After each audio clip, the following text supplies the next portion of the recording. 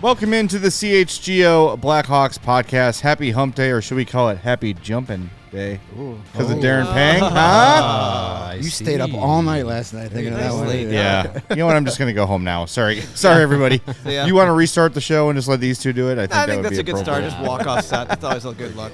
Well, thanks for being with us. We love you. We are going to talk to Darren Pang around 3. He's going to call in from probably a golf course somewhere. We're looking forward to that. Tons to get to with him. Stanley Cup Final. Blackhawks offseason, new Chicago Sports Broadcasting Network.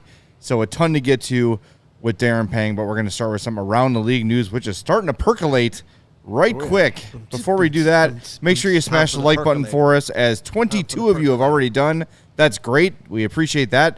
Let's get about 10 times more than that, smashing that like button. Same deal with the subscribe button. Hit that too. And if you're listening on the good old-fashioned podcast apps, follow, subscribe, rate, review, all that great stuff. 5-star reviews on Apple Podcasts or Spotify take you 5 seconds, and they are gold to people like us. So with that, Greg, you sent us a whole bunch of news and notes from Pierre LeBrun today. Why don't we go through them one by one and see if the Hawks make sense in any of these regards? Yeah, well, Pierre is at the NHL Combine, and you know who else is at the NHL Combine? Everybody. All 32 general managers. And Pierre is as good, as good of an insider as it gets. And he talked to quite a few, and there was some interest. We don't have to go through this entire article. It's at The Athletic if you want to read it all. But there were a couple that involve scenarios or players or teams we've talked about. And one of them is the New Jersey Devils and their 10th overall pick. And it like kind of we've already said, it sounds like if the Blackhawks want to move up to 10, they're not going to be able to do it because they don't have what the Devils want. Yeah. Do we have the quote graphic for that? I didn't know that was supposed to be. I got it right here. It just seemed like a lot of words. I was like, I just thought we were going to throw them on the screen. Tom Fitzgerald, right? Tom Fitzgerald. Yep. Tom Fitzgerald says, quote, "At the end of the day, it's a big part of what we want to do elsewhere. All of a sudden, the number 10 draft pick comes into play, and we're moving it for player X, who is a forward, and that guy costs X, and there's a domino effect on the goaltender. So yes," Pierre says, "the Devils are indeed willing to listen on number 10. Fitzgerald, quote, "Yes, for sure. I'm more than willing to move the pick for the right asset, one that we control, one that's probably in the same demographic as our team, maybe not 23, 24 years old, but somebody we control for a few years." And there's only one guy that fits that build on the Blackhawks, Yeah. and they're not trading him for the number 10 overall pick. I don't think so. So I don't think before that quote, he mentioned that Fitzgerald and the Devils tried to get both Jacob Markstrom from the Calgary Flames and Linus Ullmark from the Boston Bruins at the trade deadline, but weren't able to complete deals. Now they're going to maybe circle back. LeBrun says it's his understanding that Markstrom would waive his full no-trade clause to play in New Jersey. Okay. So maybe, are you willing to give up 10 overall for Jacob Markstrom? I don't know. Ullmark? Maybe. If you get because he's only got 1 year left, if you get that agreement that we're going to extend you as soon as we trade you, so we get you for the next 4 or 5 years. Yeah. I mean, both of those guys are huge upgrades at the goalie position for that team. I mean, I just look at this though now, the market for goalies is just not. I know New Jersey's desperate for a goalie, and there's no doubt about it. But when you look at the Bruins were willing to move Ullmark at the deadline last year, and just nothing really wowed them enough to do it, and no teams are willing to give up a ton to do it. I don't know. I think unless you're talking about the Vasilevskis, the Shesterkins, the Sorokins, I don't think teams I think goalies are like the new running back. Yeah, for sure. I mean, Yeah, you but- saw Jordan Bennington win one. You saw Alex Lyon win one. You saw, it's just, you just don't need. It's nice to have. It's a luxury, but number 10 for Jacob Markstrom. Yeah, I don't know if I do that. I want a little more. I mean, maybe it's Markstrom plus. Yeah. I don't know where. Calgary is drafting at number 9 9. right So now. Well, yeah, that so it's would- not going to be that. So they would get So it'd be like a 2 in second round row, pick or something. which means they were totally drafting Tej again. Yeah, seriously. Yeah, I mean, I'm not saying that's the trade. LeBrun made it sound like they willing to give that up for. Fitzgerald says they need to get tougher up front. Every GM Sure. says that. Sure. But it sounds like they would trade that pick for an established forward, and then try to do something else to get a goalie. Well, look, we've been trying to poo-poo it a little bit, but the Brady Tkachuk shit is not going away. It's like everybody's talking about it, and I know Steve Stais was like, we're building around him. Yeah. Which is what I would... If Ottawa loses Brady Tkachuk, you're can't. talking Then about you a poverty franchise. Yeah, you from have to that start point over. on. Yeah. You're starting absolutely all over. Just because Linda Cohn went on Twitter and said, hey, the Rangers need to get him. Oh, they should also call about this guy and that guy. They should just Right. go get everybody. Like, Jesus. Yeah, when the did you Rangers become are three players away, and just go get all of them. Yeah, just when did That's just simple. They're the become- Rangers. They deserve it after Simple all. as that. Yeah. When did this become a Toronto Maple Leafs account? Yeah, Like, really. Come on. Really. Maple Leaf South. or So East. yeah, they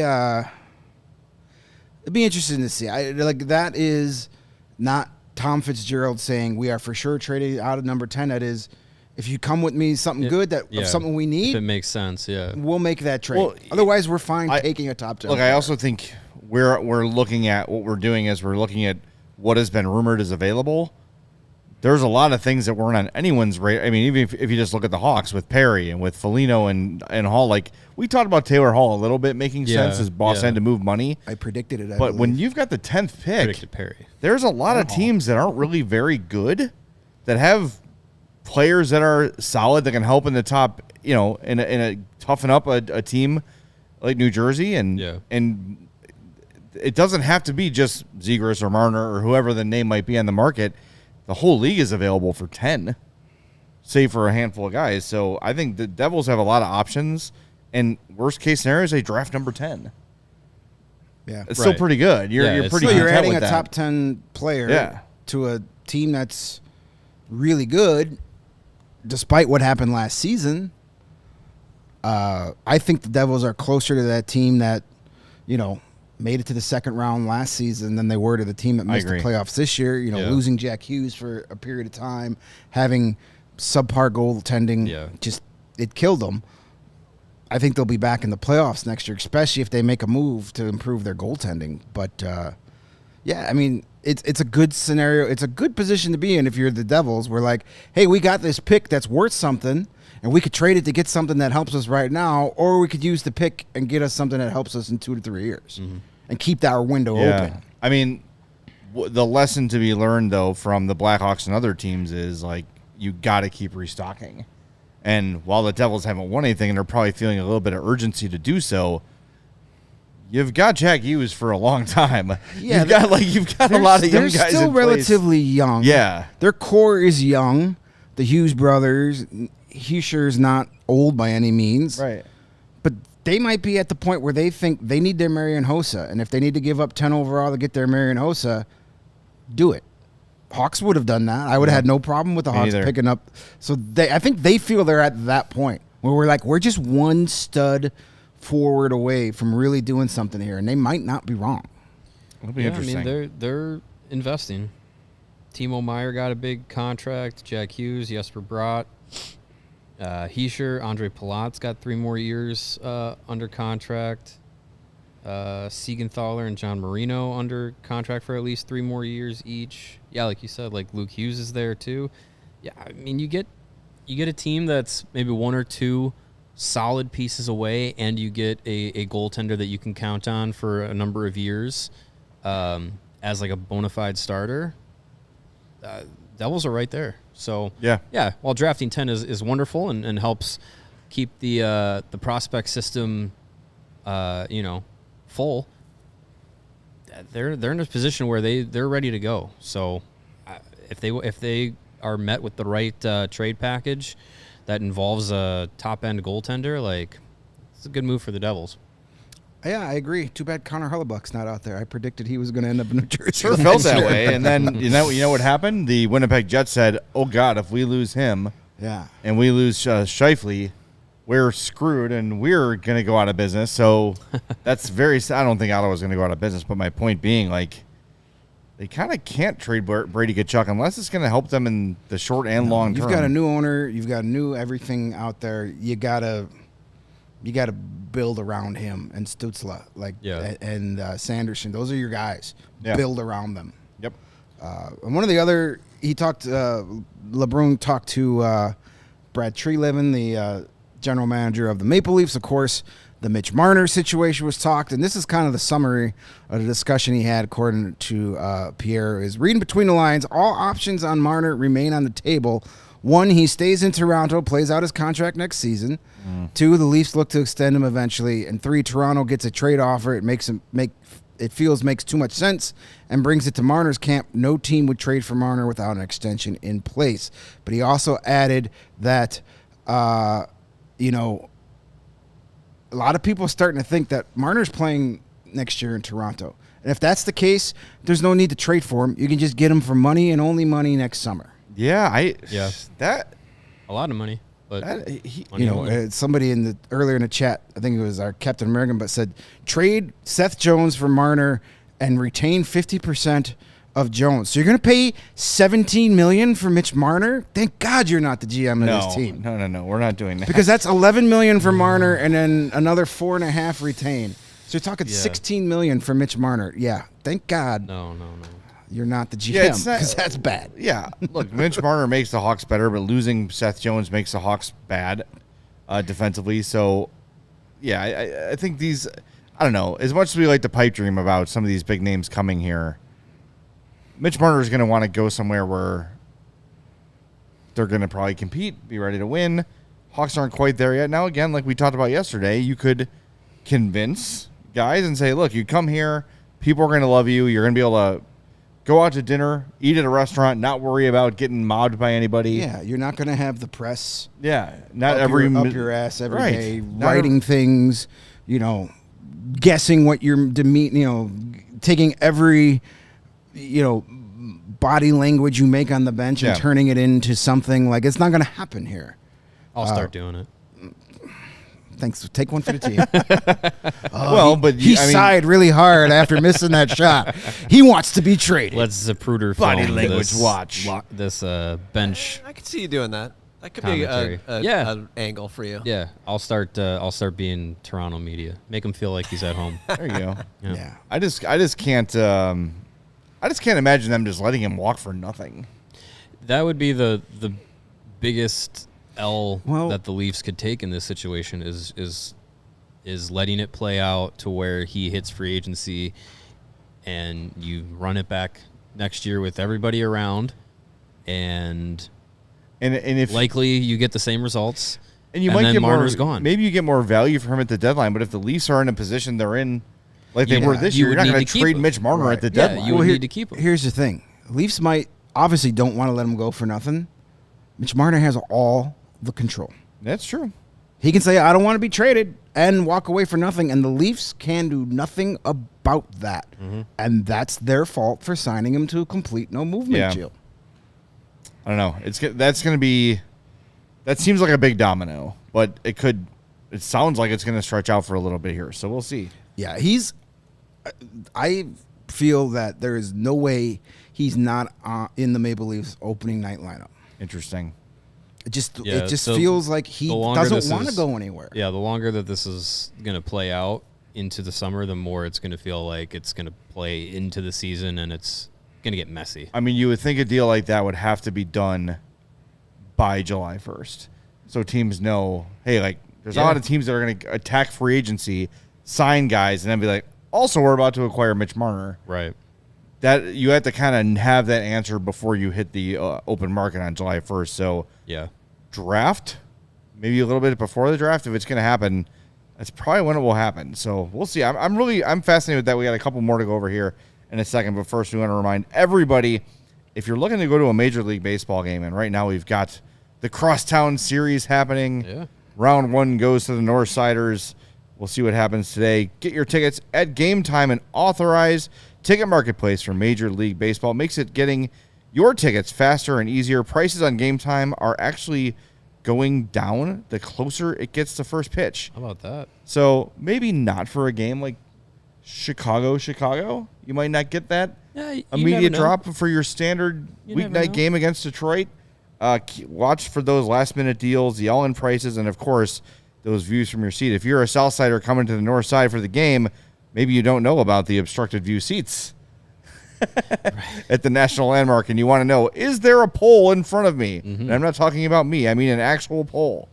They've also got their lowest price guarantee. With all that, Game Time takes the guesswork out of buying MLB tickets. Take the guesswork out of buying tickets. With Game Time, download the Game Time app, create your account, use the code CHGO, and you're going to save $20 off your first purchase. Terms apply. Again, create an account with Game Time. Use the code CHGO for $20 off your first purchase. Download Game Time today. Last-minute tickets, lowest price, guaranteed.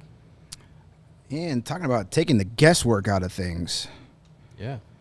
Take the guesswork out of eating healthy and meal preps this summer.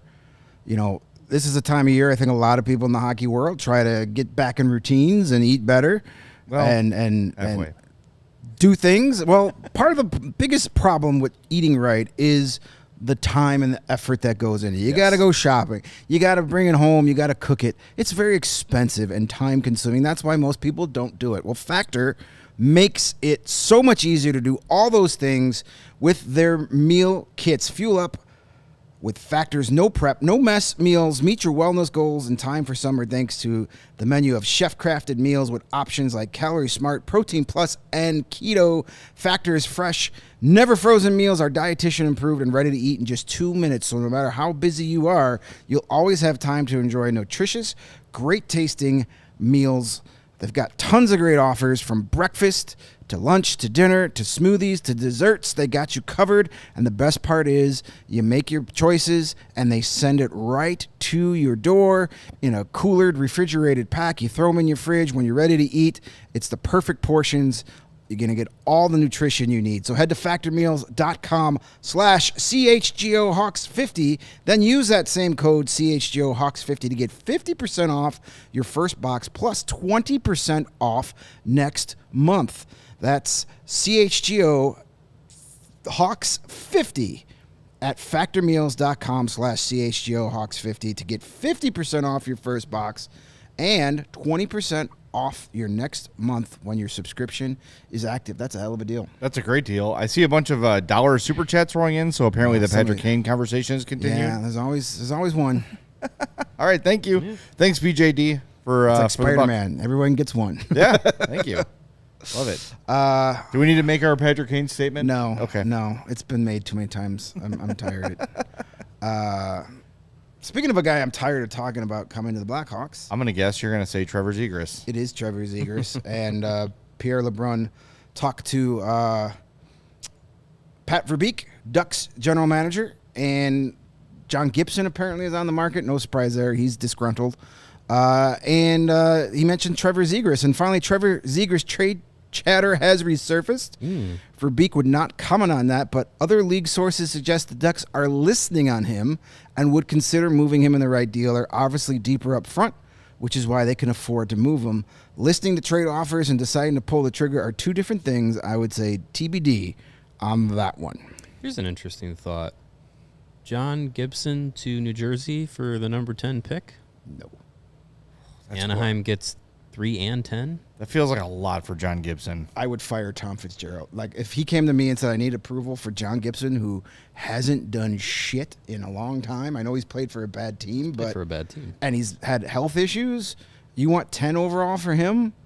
I would fire Tom Fitzgerald on the spot. I'd say, get out of here. Yeah, I feel like you can get, if you want John Gibson, I think you can get him for less than 10. You should be able to. Yes, you should be able to. Because the Ducks don't have a lot of leverage because Gibson wants out. He wanted out last year. They have a young goalie in Dostal that they're happy with. Yeah. There's not a lot of leverage there.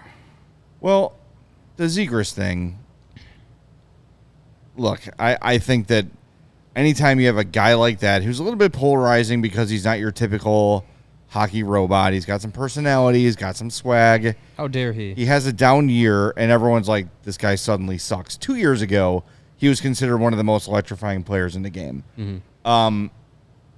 That said, for the Hawks, if the pick is indeed Demidov, and you've got Bedard, Demidov, Nazar, and more, I don't know if I want another lightweight forward. If I'm making a big trade, I got to bring in somebody with some size and some, preferably a center too. And one of those guys that Nick Foligno was talking about willing to accept their role. I'm not sure Trevor Zegras is at that point of his career yet. Well, the difference would be his role here would be top 6 without a doubt.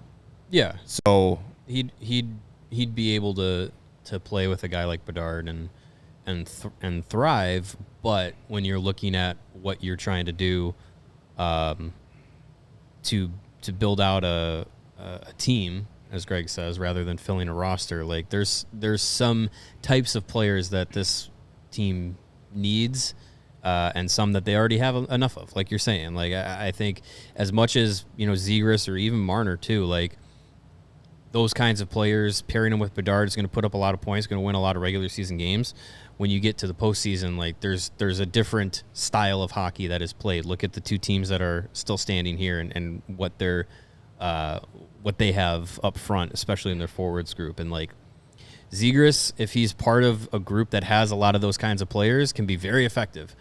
But if you have a lot of Zegras's, that's only going to get you so far. So as much, highlight reel hockey as it could produce, not saying it couldn't happen, but it's less likely that kind of hockey gets you into late May and June. Yeah, I mean, I was going to say another issue that people don't bring up about Zegras as much. You mentioned another smallish forward, plays center. He's not very good defensively. Right. He's a -40 in his short career. I know plus minus isn't at all, but it's almost as good as Connor Bedard. And I know that the Ducks have not been great, but you're going to get another guy that's like all offense, no defense. You can't have a team full of those guys. Eventually, you have to get some guys in here. You need just as many Jason Dickinsons as you need Connor Bedards to win. And look, I have no problem with, like I said, I think we're all kind of on the same page of that Demidov should be the pick, and he's not tiny, but he's also not a power forward by any means. That's fine, but you do have to kind of supplement, add the things you are missing if you want to have a full team and a team that competes. Because, again, you look at the teams that are standing in the playoffs still. They've got that variety. They've got that versatility in their lineup where it's not just skill. It's not just power forwards. It's the whole mix. Mm-hmm. So, I don't know. I just, if it's going to be Demidov, I'm not huge on bringing in Trevor Zegras here. If it happens, I will talk myself into it. Sure. I mean, if Zegras was here, you'd be excited about it. But it also is he's not the piece that puts you over the top. He's an exciting piece, but he's not the piece that puts you over the top. And it also depends on the cost. If they're looking to get, I mean, you can buy low, it feels like, at least right now. Maybe. It also depends on the cost. If you're giving up too much, I don't know. Seems like there's more risk than reward in that at this point. All right, we got Darren Pang is standing by, but why don't we take our next break real quick before we get him in, and then we'll bring Darren in, and we see him standing by in the green room, so to speak. But first, Mario's going to tell you about Sunnyside. Speaking of green, hey, Sunnyside. Nice segue there. Nice. Your home for judgment-free cannabis shopping is the Sunnyside Cannabis Dispensary, a place where all kinds of visitors are welcome to explore, discover, and purchase a wide array of high-quality products. Sunnyside has everything you need to elevate your summer. What are some of the amazing features that make Sunnyside so awesome, you may ask? Well, I'll tell you. It's a one-stop shop for all of your needs. Sunnyside has an expertly curated menu with over 100 strains to choose from, plus easy online ordering and in-store pickup. And wherever you are in Illinois, you can get to a Sunnyside dispensary. They have locations in the city here, including in Wrigleyville and River North, and in the suburbs, Champaign, South Beloit, and many more for you to discover and check out. and they have people there to help you with expert guidance and brands that they know that you'll love, like Good News and Mindy's. So it's easy to step into the store and get help to find out what you need to do and where you need to go on your cannabis journey. So head to sunnyside.shop and use the code CHGO. That's HICHGO at checkout, and you're going to get 35% off of your favorite brands like the aforementioned Mindy's and Good News and Cresco and many more to elevate your first purchase. Again, that's the Sunnyside Cannabis Dispensary. Bright buys every day only for those 21 and older or Illinois medical card holders. And with Panger standing by, I always think of golf when I think of Panger. And there's anything better when you're on the golf course and you're just like shanking your balls everywhere, chasing on your golf cart, trying to find it in the rough. That when the beer truck arrives, they pull up with the refreshments. And you say, "Oh, this is what I need to get me through this round. I will have 9 Coors Lights, please." Because right now I need to choose chill or I'm going to wrap my putter around a tree. So when I choose chill and we choose chill, we do it with Coors Light. You know that it's mountain cold refreshment. It is absolutely delicious, and it is the perfect beverage when you are trying to embrace that chill mindset. When those mountains turn blue, your Coors Light is as cold as the Rockies. Coors Light is cold lagered, cold filtered, and cold packaged for a smoother finish. When you embrace a chill mindset, put down the putter, don't throw it. Just crack open a nice cold Coors Light, and you will choose chill like we do every time. Coors Light is mountain cold refreshment, crisp and refreshing as the Colorado Rockies. Make the most out of the times you choose to chill. Choose Coors Light. Get Coors Light delivered straight to your door with Instacart by going to CoorsLight.com/CHGO Hockey. Celebrate responsibly. Coors Brewing Company, Golden, Colorado. And with that, we're going to bring in our very special guest, Darren Pang. Darren, thanks for taking time. We appreciate it. Yeah, thanks very much, guys. I'm on the lake here in Michigan, and thanks for you guys send this to me? That's really nice of you. I got here just in time. Just in time. Wow. Was that, I don't know if you saw the video. Was Connor McDavid shopping for you? He was out at a store grabbing beer, and he was carrying Coors Light, and fans were hugging him and everything. He was dropping it off for you, maybe. Like, you don't think that maybe Connor could have somebody to do that? Maybe Brian Higgins could go out there, that we see so often, the legend that he is. And just, hey, Higgy, like, go grab us some beer, But there's Connor. It just looks so Canadian, didn't it? I've heard the stories of when Gretz and the Edmonton Oilers won the Cup, back in the mid-'80s. And there they were with the Stanley Cup, and they're just kind of carrying it around. And they woke up in the morning, and from what Wayne said, they didn't know where the cup was. Slats is calling them, "Where's the cup?" And it just seemed like, oh, that's so Canadian. Hey, where's the Stanley Cup? Oh, we left it at the bar probably, But there's Connor McDavid trying to load up and get a couple of cold pops, probably having the boys over for a few, and he didn't have any. So that's great. I think that's outstanding. But no, that you guys delivered that, and it was really nice of you to do that. Yeah, appreciate it. You're welcome. You're welcome. Don't the clubhouse? Isn't there like a clubhouse guy that does those type of things for guys? See, that's what hockey's all about. See, hockey, we don't need that stuff. We just go get it ourselves. Hey, I mean, he truly is a captain, going to buy his own beer. Yep. Yeah. Yeah, even Rasmus Dahlin sent the rookies out for the pizza earlier this year, but that's all right. McDavid's a man of the people. Why don't we start there, Darren, with this Cup final? I saw The Athletic ran their predictions, and it broke out 50-50 on this series. And I'm pointing the thumb at myself. I did not have a lot of belief in the Oilers coming off that Vancouver series. I thought Dallas was going to make short work of them, and they seem to have found a different level. A big part of it, of course, Stuart Skinner was really, really good in the series. But what did you see different from Edmonton from early in the playoffs to now?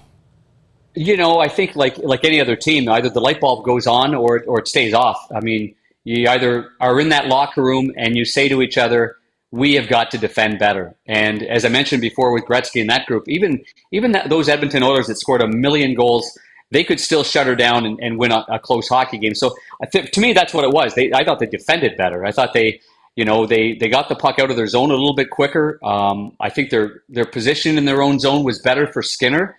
And of course, when he kind of let the net go for Calvin Pickard, you can't imagine the scrutiny being up there in Canada, and especially Edmonton. I mean, everybody's getting it. I mean, the general manager is a Hall of Fame general manager. He gets it every step of the way. The coach comes in Every coach that's come in, they take it. Every goaltender, they take it. And I think they've got great wherewithal. And in fact, I think if I was trading for players, I think I would trade from a city like Detroit, from Edmonton, and get players like that you know that the pressure is on them every single minute. And instead of maybe making trades from losing environments, you want to get the guys that can handle the pressure.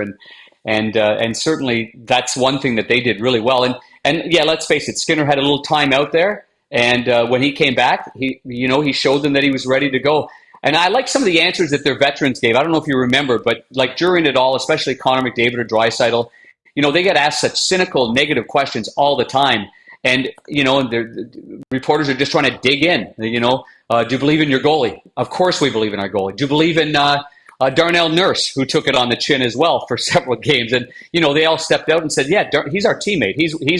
We got his back, and he's going to be better, and we believe in him. So I think inside their room, because they have to protect themselves from all the cynical talk and all the negative talk and all the people that are naysayers in Edmonton and most cities in Canada, that I think they formed a really tight bond in there, and it showed. To beat a team like Dallas, that's extraordinary. I really like Dallas. I love the way they play. So the Edmonton Oilers and Florida, I like Florida. I think they can play any which way you want to play. I think they've got plenty of depth. If they have a couple of injuries on the blue line, they've got guys that can just jump right in there. So if I were picking right now, just based on what I've seen in the playoffs, and I did the first 2 rounds, mostly Florida Panther games, and then watching the third round, of course, I would say that they have the edge. Been there last year, hungry to get back, and I think they're a better team this year than what they were last year. Florida is, in my opinion, anyway. Well, you got to watch up close, as you said, those first 2 rounds, and I heard a fun stat the other day, which doesn't surprise me, but in the first 3 rounds, Barkov was on the ice against Kucherov in the first round, Pasternak in the second round, and Panarin in the third round for just over 90 minutes of 5-on-5 time, and those 3 guys only had 1 goal against them in that time. And yet every year when they run the players poll, Barkov is listed as one of the most underrated players in hockey. How are those 2 things possible? And how much fun is it? How important is that Barkov on McDavid matchup key going to be for Florida's success? Well, there's a lot of things that are going to be key for Florida. Listen, Sasha Barkov's not it's crazy. It's like saying after 10 years that Steve Larmer's underrated. And we probably said it. Hey, Steve Larmer's underrated. But, we all knew in Chicago, and guys that played with him knew that, man, he was destined for the Hall of Fame. He's that good of a 2-way player. Barkov's even different. Barkov, being a centerman, has a little more responsibility in the 200-foot game, defending the front of his net all the way down to the offensive zone, taking face-offs, covering a little bit more ice. I love the guy. Why he doesn't get more credit, I don't know. He certainly doesn't look for it, and that's a credit to him. His teammates talk enough about Sasha Barkov, but I will say this about not just Barkov going up against, well, this will be his first main Canadian guy too. If you look at it, you just said all those players are really flashy, good European players. And of course, Kucherov's a winger. Panarin's a winger. And who else did we say there in that whole? Pasternak is a winger. Yeah. So it wasn't all his responsibility, don't forget. There's a lot of Reinhardt in there as well. And he's got a lot of help. I think Verhaeghe might have been in there a little bit for certain games. But their system is really good, you guys. When you're watching the final, I put a lot of studying before I got into the playoffs about how many teams use a 1-2-2. How many teams use a 2-1-2? Not very many for the playoffs. How many teams used a 1-1-3? Not very many. But this 1-1-3 that Paul Maurice has instilled is they believe in it so much. And you saw it in the New York Rangers series, guys. Everybody's blaming the New York Rangers stars. Well, I posted something on Twitter just saying, I remember back when, the Detroit Red Wings played the New Jersey Devils and went against the neutral zone trap. By the time the series was over in 4, the Red Wings were like, what was that neutral zone trap and why couldn't we get through it? Well, because it was an excellent system. And then the Red Wings had a left wing lock, a great system, very similar to what the Florida Panthers use. And a lot of teams were frustrated. They couldn't get through it. So what I'm saying is the New York Ranger players, it was one and done every single time. And I believe it was as much to do with the system of the Florida Panthers. And that'll be the biggest challenge for Draisaitl and for McDavid and for Ryan Nugent-Hopkins is where to chip pucks in, how to get them without the Florida Panthers D getting back so quick and getting out of their zone very quick. So those are things that I think people have got to look at and pay a lot of attention to, and that is the system. So when you're watching the neutral zone and you see the Edmonton Oilers wind her up in their own zone, just take a close look at how the positioning is going to be and what they can do, or can they get through that? And if they do, can they then get O-zone attack time and get another scoring chance? So anyway, just something to watch. I'm glad you brought that up because I think this is so important. We actually heard at the end of the year when the Blackhawks were meeting the media on the last day after the season, they all sort of talked about we need guys that are going to come here and buy into whatever role they're being asked to do. And we saw that happen in 2010 and 2013 and 2015 with the Hawks, where you had guys like Dave Bolland or Marcus Kruger or whoever might have bigger roles on other teams, but everybody bought in. And you're right, the Florida Panthers, loaded with star talent, right? Tons of high-value players. We're going to see big contracts signed this summer for a couple of those guys. But they're all just playing within the system for the greater goal. And I think, I'm not saying Edmonton doesn't do that, but it is so abundantly clear with the Panthers that they have bought into what Paul Maurice is preaching there. Yep. It's a great point. And, you know, the Hawks, we're not there yet, as you guys know. Right. But it is important. And I think what the veteran players are saying is basically, you know, the players that get brought in are part of the culture going forward. So you can take a couple of steps forward and you can take 4 steps back if you get a couple of wrong guys. And I think that's what they were saying. We need the guys that are going to grind it and muck it and do all that and make sure that we get competitive and win the tight games. You mentioned the Florida Panthers. You know, Vladdy Tarasenko is a guy I know quite well from the time he was drafted. I saw him, go through times where he was a go-to guy, and that was hard for him. I mean, he's not a perennial 40-goal scorer, although people assume that he was, but he's never hit that number. And then so when he went to the New York Rangers last year, as an example, he and Patrick Kane, it's like, oh, they'll fix us. Well, it's too hard in the playoffs for that. And now you see Vladdy Tarasenko. He was on the third line with Lois Turainen, and who did he have on that line? Lundell. So that's that line, that third line. And people are like, oh my God, there's Vladdy's blocking shots. Well, you just mentioned the buy-in. That's the buy-in. There have been some games where Vladdy was on the top line with Barkov. Some games it worked. The minute it didn't work, Paul Maurice was like, plan B is in line, and plan B is you're going with those guys. And that worked out great. And then you've got your fourth line for Nick Cousins is a healthy scratch. Ryan Lomberg's been in and out. Stephen Lawrence has been, in the lineup with that the big fella that came over, big number 82 came over from Columbus. Like they've got it. Like if you need a different way of playing, they'll all do that. They check their egos at the door totally. And I think that's what you're getting at. And if you don't, you got no chance whatsoever. And that's how hard it is to get from where, the Hawks are right now, the Ottawa Senators, the Buffalo Sabres, Detroit's knocking on the door now. San Jose's a long way away. It's hard. And even for the teams that are, they've got, you mentioned the star players, the Reinhardts and the guys that they've got to sign. Brandon Montour, what a player that is. I'm telling you what, he's going to get there's a lot of, I'm sure, general managers knocking on the door of his agent saying, is he possible to go somewhere else? So they got guys like that, and then they've got their guys that are locked in for long-term deals. But you also have to develop players. I mentioned Lois Turainen. I think he was part of the trade with Trocheck from Carolina. So along the way, wherever you make these trades, the players that you bring in, years down the line, you go, oh, that guy came from there. I remember when the Hawks, I was with them, just retired, I think, when we traded Dominik Hasek to Buffalo, and it was, we protect him from the expansion draft, and, we let go of a great goaltender, Dominik Hasek, and, luckily enough, the 4th-round pick that the Hawks got was Eric Daze. So it lessened the blow just a little bit, but what if it wasn't Eric Daze? You've got to really take advantage of what player you get in a trade, or what you do with a pick along the way, too, if you don't keep that particular player. When it comes to regular season games coached, this is the biggest disparity in NHL history between head coaches in the Cup I didn't Final. know that. Paul Maurice, over 1,800 games. Chris Knoblauch, just 69 games coached with the Edmonton Oilers. Where do you see this matchup between a guy who's been there and done it all in Paul Maurice, and a guy who's a rookie head coach in the NHL in Chris Knoblauch. Well, I love what Paul Maurice has done, and I think he's endeared himself to a lot of fans. You guys watch every game. His interviews are great. His post-game press conferences, morning skates. I know being part of the national group when I go, you get these one-on-ones with him, and he's the same person. He's not trying to, sell you a bill of goods. Not really. He just says what's there and what's out there. He's a very generous person, but he's a great coach, and he's got good help on that bench as well. But maybe the one guy that can balance that out, even though he doesn't have a lot of coaching experience.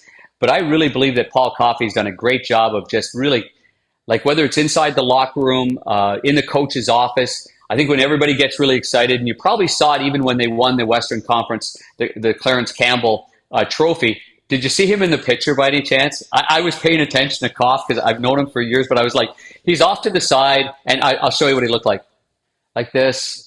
He's not even tight to the group. He's kind of like, yeah, that, whatever. Okay, let's go. Okay, let's go inside. We'll have a cold beer and let's get ready for the next one. And I think, and I'm sure Chris Knoblauch would probably say the same thing. They've also got Stewart is behind the bench too, runs the D. They got some good guys too. But again, you're right. The head coach is the head coach. What kind of presence under pressure? Well, I think that's where a guy like Paul Coffey's really helped out on that side. But I don't think there's any doubt that the advantage goes to Paul Maurice here in terms of bench demeanor, managing the referees, and experience for sure.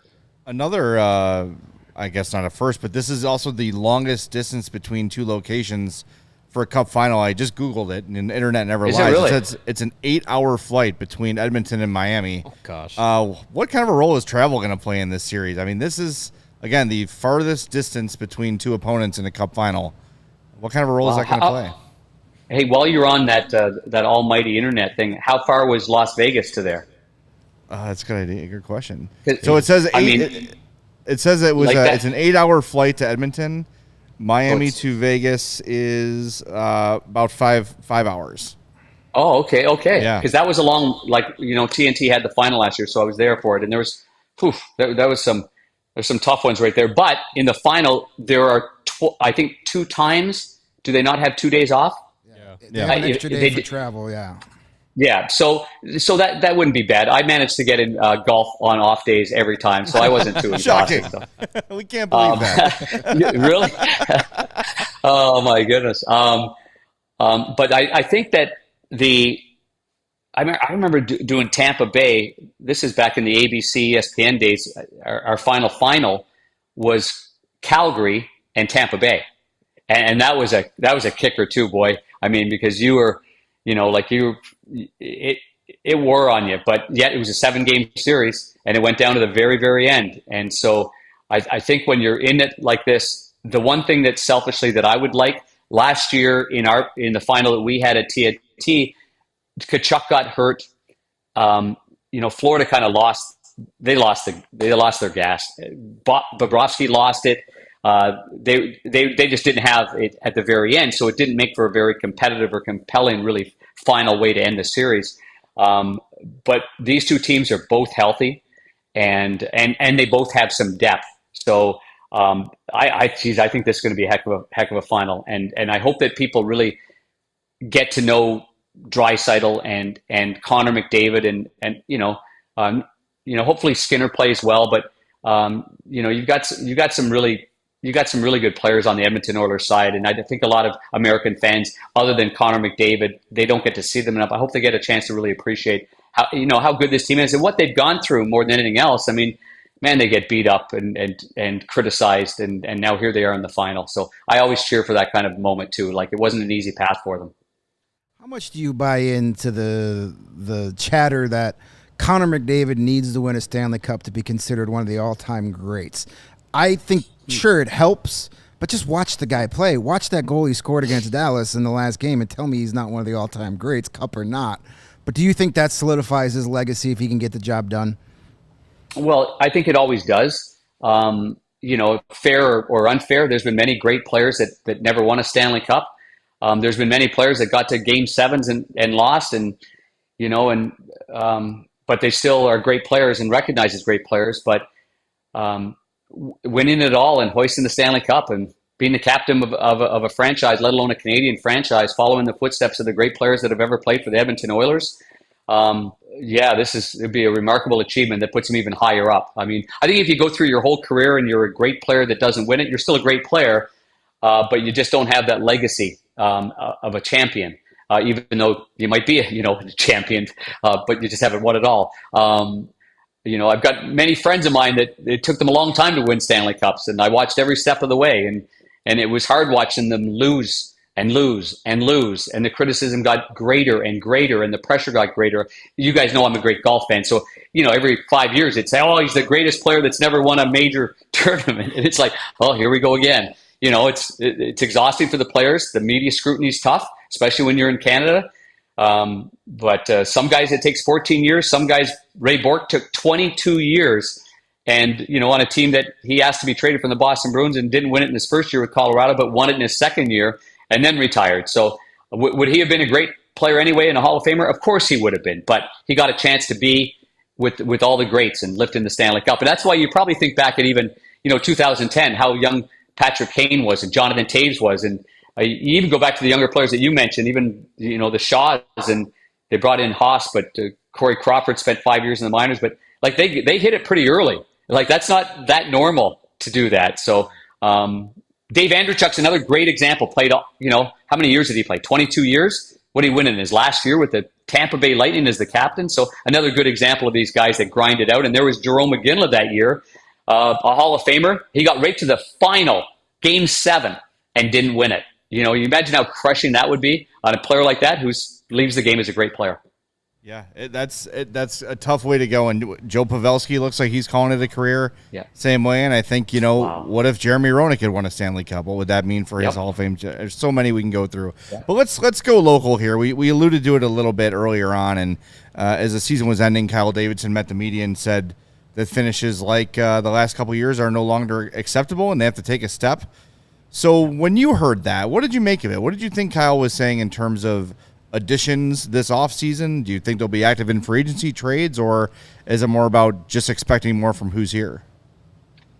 Well, I liked what he said. I mean, personally, it's like, I came in as a first year in broadcasting, and I knew it was going to be a tough year, but it was going to be an exciting year with Connor and Kevin Korchinski, knowing that a 19-year-old and an 18-year-old were going to be on the team. But as the year goes on, and it wore on the players, and I thought our fans were unbelievable and patient and energetic. But then there comes a time you're the manager of the team, and you're looking at all these assets that you got in the cupboard. You got all these picks, and you got 18 picks in 2 years, and you've had a plethora of picks before that, and you get the number one overall pick. And I liked what he was saying. He's telling the fans, like, we know it. We know we don't want to be like this forever. We're going to do our best to pick the right players. Hopefully players want to come to the Chicago Blackhawks and be part of this going forward. And you get the right ones, the right guys with character, the right guys with winning pedigree, the right guys that are still at an age where they can, ride this wave as well. And so I like it. So I don't know where he's going to go on that. I think a lot of times at the trade deadline, the managers, they get meeting a little bit more at that time. There are some managers in the league that they build their team, on that day, not so much on July 1, getting unrestricted free agents, but more making hockey trades and, getting guys that are in that 26 to 29 or 24 to 29 age group, that still have a lot of gas in the tank. So I'd be patient if I'm the fans. Like it can't just happen like right away. But I think Kyle and his staff are going to just go one, but bang, you're going to hit one player, bang, you hit another one. He already moved up. It was interesting that he moved up from 20 to 18, and he lost one of his picks in the second round, which he's got a bundle, and he moved up in the second round as well. So there's he's got you can see there's a plan in place right here. He's trying to go down the board a little bit and likely feels that there's some good players there. Otherwise, maybe he can package something as well. And get a good player off other teams' rosters. Because keep in mind, guys, there's going to be a lot of teams that are going to be also in trouble. There's going to be a lot of good players. Think of the Sam Bennetts, that went over to the Calgary Flames. I mean, think of the kind of trades that Florida made. The Brandon Montour for a third-round draft pick. I mean, Matthew Tkachuk was a blockbuster, but Matthew Tkachuk's a cornerstone player, not even yet in the prime of his career. So that's what I kind of look at when I heard what he was talking about, if I could just read between the lines a little bit. Those kinds of players that are right in the middle of their careers, not the ones that are at the very end, because I think he did a great job of doing that, last year in the summertime, and especially now with Foligno extending him and with Mrazek extending him, and with Dickinson as well. So I think those are three really good pieces to extend upon, and now you can add to that there, and you're going to have to move along some guys. Like there's, you're not going to be able to keep a lot of the players that end up being fringe players that were in and out of the lineup. You want to make sure that you bring in players that are, for certain, top 12 forwards that are capable of playing against the other team's best lineup every single night. And same with on the D side of it as well. Well, it's funny you mentioned 29-year-old-ish kind of younger players, and apparently today Elliot Friedman mentioned Jake Gensel as a potential future Blackhawk, which is perked our ears up a little bit, and we'll probably get into that more tomorrow as we can actually hear the audio instead of reading the transcript. But someone like that, kind of what you're referring to. That's what I'm talking. That's exactly. I mean, listen, there's going to be loads of teams that want to pay a lot of money, and then it's going to be about. Don't forget. I mean, Jake Gensel's. I know he's won a couple, but he might not have the patience to wait a little bit too. So there's always going to be reasons. It's not what the Hawks are offering to players. But Jake Gensel, would I be a happy camper in that booth? Absolutely. I mean, goodness gracious, he's a quality person. He fits into what the Hawks are trying to achieve every single day. About character, and it's about work ethic. And I think he's just an outstanding player. He played with a great player for a long time in Sidney Crosby. Boy, oh boy, could you picture him on the left side with a guy like Connor? And so, yeah, that's the kind of guy, though. There's 27, 28-year-olds, 29-year-olds, and then there's the possibility of trades as well. Like I mentioned, like who would have thought Brandon Montour was going to be this kind of player? Gusling Forsling that was with the Hawks. I think when Dale was here, and then Dale was in Florida, and he ends up being there. He's a heck of a defenseman, but it takes some time to develop and to nurture and to be with the right guys in the right system, and so that's why it's worked, I think, for Montour and for Forsling as well. All right. Yeah. Well, we got a lot to look forward to. We do. Are you going to be at the draft? Do you plan on going to Vegas?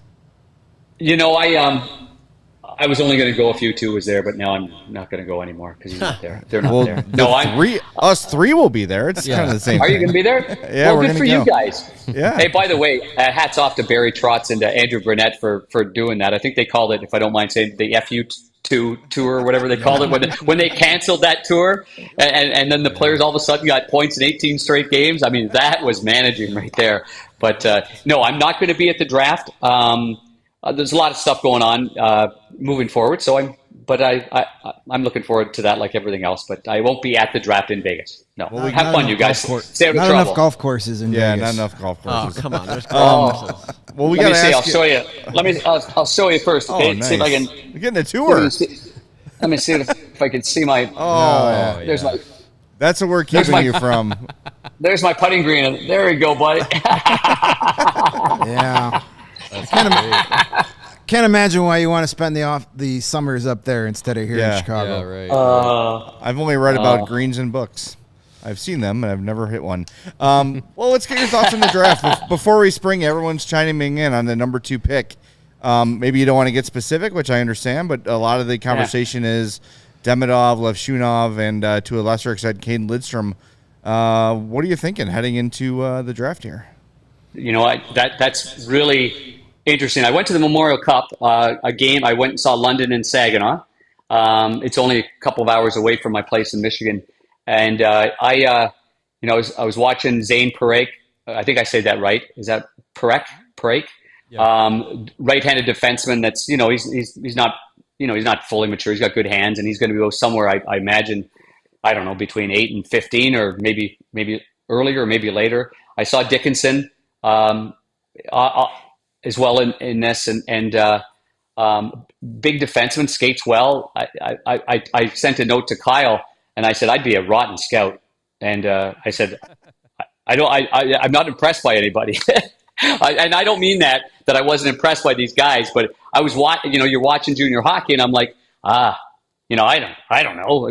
But these guys, I look up top and there's 900 amateur scouts. That's their job. Somehow they're able to say that player there is going to be here. That player there is going to be down below there. That player is going to be a checker. That player, I'm like, whoa. Like they do that for a living, and I don't do it for a living, so I don't know. But I would say that you can't. If you look at the back end of the Hawks, you have a lot of left-handed defensemen. Those are just the facts. So I mean, Artem is a right-handed guy. Is that why maybe a lot of people are suggesting he would be a guy that ends up with Chicago? That could be. Maybe he goes later in the draft, and maybe Kyle's got a move that he can move down from 2 to 5 and get some assets, knowing that whoever he wants is at 5. So there's a lot of different things that he can do. I've seen a little of the video of the Russian. It's hard to tell. I don't even know what league that is. It's not the elite league. So I can't compare it to Major Junior A, and you can't compare it to the USHL. Can't compare it to college because I don't know who who's he playing against. But it looked impressive. That's for sure. A lot of skill there, and I know there's a couple of other big boys that are there as well. But so I don't have anything for you, to be quite honest with you. I'm not that kind of insider, and it's just a guessing game for me. But I do know when you've got a lot of good prospects, and let's say the majority of them are left-handers, maybe you've got to fill out the right side of it. So that's what I would probably suggest. But if you think that the right-hander or the left-hander is the best one available, and you can't find anyone like him, and he's going to be the difference maker, well, you get the best player available, and you work it from there. I've heard many GMs say that draft after draft after draft. We'll take the best player that's available, and you never know. Some just fall, and you might go to they're at the combine right now. All the GMs are meeting. They're setting up their 18 interviews a day, and they might leave that interview going, boy, I thought I liked player A, and now I just sat with him for an hour and a half, and I'm not sure about that. So there are some changes that take place from the combine, and then to the draft table as well. So. All right, Darren, you've been so valuable with your time. We appreciate generous, valuable, always valuable, but super generous with your time, and we appreciate that. Hopefully we'll catch up soon, but enjoy the off season, enjoy the Cup Final, and we'll see you at least come training camp. That sounds great, you guys. Thanks for having me on. Appreciate it. All right, that is Darren Pang.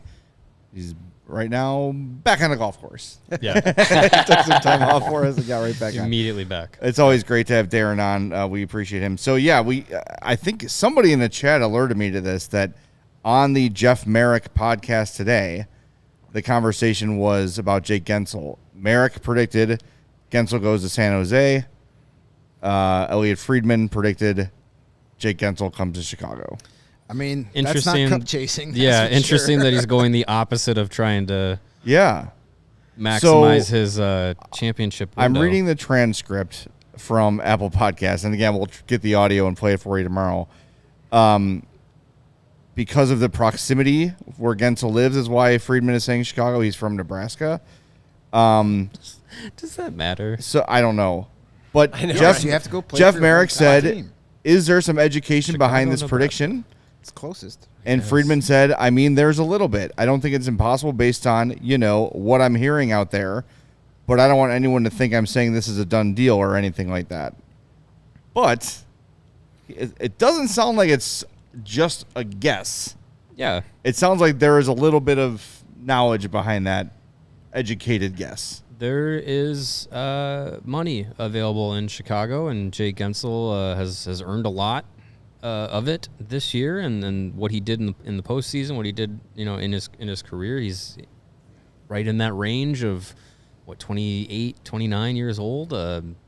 Hey, if he's looking to cash in and get one big contract, and at the end of that contract be a complimentary piece on a team that has a Stanley Cup window, if that's the timeline that he's buying into, San Jose and Chicago, I guess that makes sense. Sure. I mean, he's not on the tippy top of my wish list, but No. But he makes sense. he'd be a really good fit. Just bringing, you talk about Kyle Davidson, Luke Richardson from day one have talked about building winning culture. That's a guy that's come from a winning culture. Yes. That's a guy that's won a couple of Stanley Cups. That's a guy who's been Sidney Crosby's line mate for much of his career. That's a guy that has that work ethic in him. You can't be Sidney Crosby's winger for that long without having some of that Crosby dust sprinkled on you. Yeah. And learning, from that. And now you can take that knowledge and start whispering in the ear of Connor Bedard, who Sidney Crosby is his hero. Oh, yeah. It makes a lot of sense. And he's a damn good hockey player. Yeah. Yeah. And he's also not a break the bank 13 million type of guy. No. I don't know. It's interesting. Elliot Friedman, he's not always right in his predictions, but again, he did clearly state, like, I'm not just saying this based on nothing. Yeah, he doesn't say anything just to say something. He'll say something if there's something behind it. So, interesting. So it's hard. Again, we'll try to pull the audio for tomorrow's show and share it with you, because all I'm looking at right now is the transcript on Apple Podcasts, and I can't really tell who's saying what. But based on the context clues, again, Jeff Merrick says, Elliot, is there some education behind this? Elliot says, there's a little bit. I don't think it's impossible based on, what I'm hearing out there. Interesting. Yeah, So I'll there have to you go. check that out on the way home. If they're in the conversation, that's a good thing. Well, that is also an indicator of what they're thinking. That's what I mean. Like the fact that the Blackhawks are even in the same sentence as a Jake Gensel means Kyle Davidson wasn't just blowing smoke up our ass when he said we have to get better. Yeah. So even if he doesn't get him, but he's one of the guys making the big pitches, that's a good thing. That shows you, like, hey, go for yes, go for I'm something raising the bigger. bar. Yeah, and buy in or not. Well, what's really nice about that is if it happens, we've got a nice, concise Darren Pang cut on Jake Gensel. beautiful, Ready to go. So if it happens between now and 2:30 tomorrow, Timestamp it. boom. perfect. Speaking of tomorrow, we got Top 10 Thursday tomorrow. Yes. Do we know what we're doing yet? Um, We talked about doing those traditions. Yeah, the truth, Playoff but I think we kind of traditions. want to do like a yay or nay segment. Yeah, on that'd those. probably Maybe be we'll do better. that on this Friday, depending on if we have news or not, or Top 10 Jakes. Give it 24 hours. Yeah, we could do top. I think I kind of like keeping the international flair. Okay. Maybe we do top 10 Finnish players. Yeah, we did Sweden. We did Russia. and then we can top it all off with top 10 non-North American Blackhawks of all time. Well, I like that too. So yeah, let's That's keep fun. the international flair going, Left and then on. we'll have some fun once the doldrums of the offseason really hit us. And they will. Post draft, Well, we only post have agency. Square nuts. We only have 2 more Thursdays before our trip. I know. Yeah, so it's gonna be good. Can't wait. Our flights to Vegas are official. Yes, Are they? Yes, they're they booked. are. They Check are your booked. emails and your Slacks. So it's official. It's early. We'll be in Vegas. Not the right Oh, answer. they're there. Hey, Lawrence is complaining about something. That's weird. Come on. Yeah, but the flight back, we're gonna get home at 11 p.m. It's going to be great. I gotta see this. Yeah. Can't wait to fly straight up out of Midway. Way to Vegas. God forbid. God forbid you Man, people up doesn't north have have to any- come a little bit south. I'm not going once. south. Once. for- It's got nothing about going south. It's about not flying out of a really good airport and flying out of a crummy No, airport. for me, it's actually Midway's really not easy. much difference. Oh, Like, since it's an can't early I 8:30 flight to Vegas out of Midway, slumber party at the Zawaski house the night Sure. before. I can Why sleep in my can't I see garage. the info? There's a Most of picture the at mice are bottom. dead. There's a picture at the bottom. I'm excited. Oh, there it is. I wish that they could just Partying. be there while Dead and Company are there. I'm just dying. I'm dying yeah, internally. so Panger, no to Vegas. Lawrence, what are you complaining about? This is not early at all. 8:55 or whatever, 8:35. 8:35 flight means get there at 7 a.m. How's that Eight- not early? Hey, an we had a 8:20 6 o'clock flight Eastern. 8:25 a.m. That's right. That's perfect. Yeah. We had a you 6 gotta get- a.m. Eastern flight coming home from Pittsburgh last year. That's early. Sure. Too early. When you're checking in when you're getting on your young flight gaggle. and the sun still isn't even out and you're on the runway, When you're that's landing early. and the sun is just coming up, That's early. That's early. That was early. That was early. All right, do we have any super chats or anything we need to pay off Well, aside Young from all the Dangle. Patrick Kane dollars? There's your young dangle dollar of the day. Thank you, Young go. Dangle God. Top 10 Patrick Kane moments. That sounds good. We can do that someday. Sure. Sure. Sure. Yes, when he signs his one-day contract to retire. Yeah. We'll unveil that. Love it. All right, we'll talk to everybody tomorrow at 2:30. Top Wait, 10 Thursday. Lots Did of you other want to bring stuff. up You had something about McDavid and Chris Stapleton. What was Oh that? yeah, so we could maybe save this, but I can mention. Oh, you made it grab. Oh, there Okay, you go. fair enough. All right, we'll definitely bring that up tomorrow after top. Yeah, there's a nice teaser. We'll tease it. There's put that out an on the socials. Chris Stapleton. Make sure in you tag Chris Stapleton. Oilers jersey. Tag him and What Chaos because it was their thought. I'm borrowing. Yeah, and don't forget Monday. You and I will be at Salerno's. Yeah, Mario's on watch party vacation, but at we're gonna be Salerno's. Watching Game 2 of the Stanley Cup Final at Salerno's. The big tap room over there on is that Grand and Racine? Yeah, come So, stuff your head with us at 1201 Salerno's West on Grand tap. Avenue. 1201 West Grand. It's gonna be a great time. Just come, no ticket needed. Yep, just show up. Come eat some pizza, drink some Coors Light with us. It's gonna be a great time. That is Monday, but we'll talk to you tomorrow, 2:30, right here on a CHGO Blackhawks podcast. We all silly like the mayor.